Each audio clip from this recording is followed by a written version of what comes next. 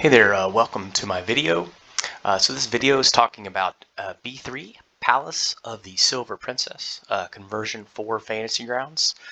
And we want to talk about custom maps. So a lot of times when you convert these modules, you're looking at an old PDF scan, potentially 40 years old, and the maps just aren't very good.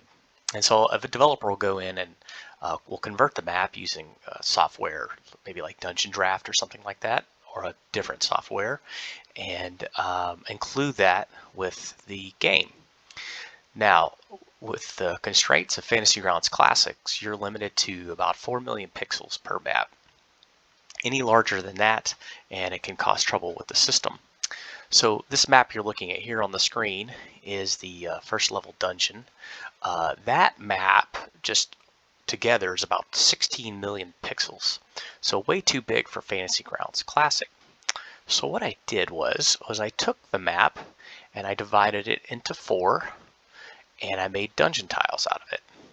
Now just looking at that, you wouldn't realize that those are actual tiles. But I can show you if I just click on layers here, and they snap right into place there with the line of sight. And the way that we export the XML for line of sight and lighting, it always, well, gee whiz, what's happening here? It always will show up when you put the tiles together. So that way, when you're playing with your party and you're running your group of bears or whatever through the dungeon, you can have a seamless dungeon in Unity. And if you're running in Classic, you can have your appropriately sized map tile, use your masking, and run it that way. Now, one thing you'll notice is there are no pins on this map. So the reason there are no pins on this map because how we have to use the tiles. So in the module itself, there's these 4 different images. They're all pinned, and they all have links to the, where the maps connect. Where this map up here connects to this map. There's a pin there so that you can hot link it. So you can run it like that. But if you wanted to use it as a tile, I'll show you how to do that. So as you'll notice, there's nothing loaded here, right? The module's not even loaded. But what you do is you go into your game, where you're going to create a blank image, and you're going to click on your assets. Make sure you have images selected. You go over here, find your module. Now, you can see every single module that you have, like FRQ1 Haunted Halls that was purchased off the Fantasy Grounds store. It's there with all the images and maps in there. Same thing with B3. If you buy that, you'll have all your images right there. And you can see I label the dungeons 1, map A, B, C, and D. So I'll just grab A and throw it on there. Let's make it a little bit smaller.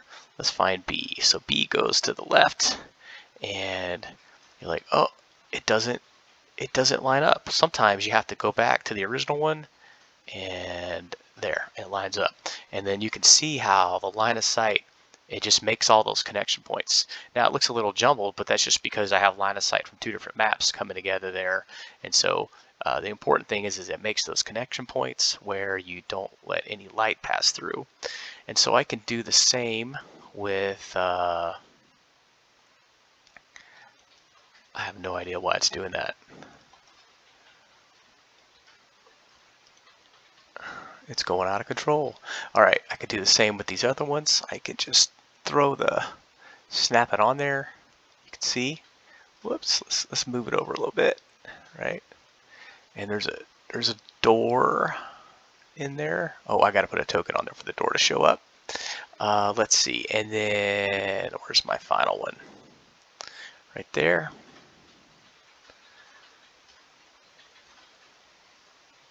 Boom. And you go back to, you can see that it just kind of grabs it and links it together. So you have this seamless map.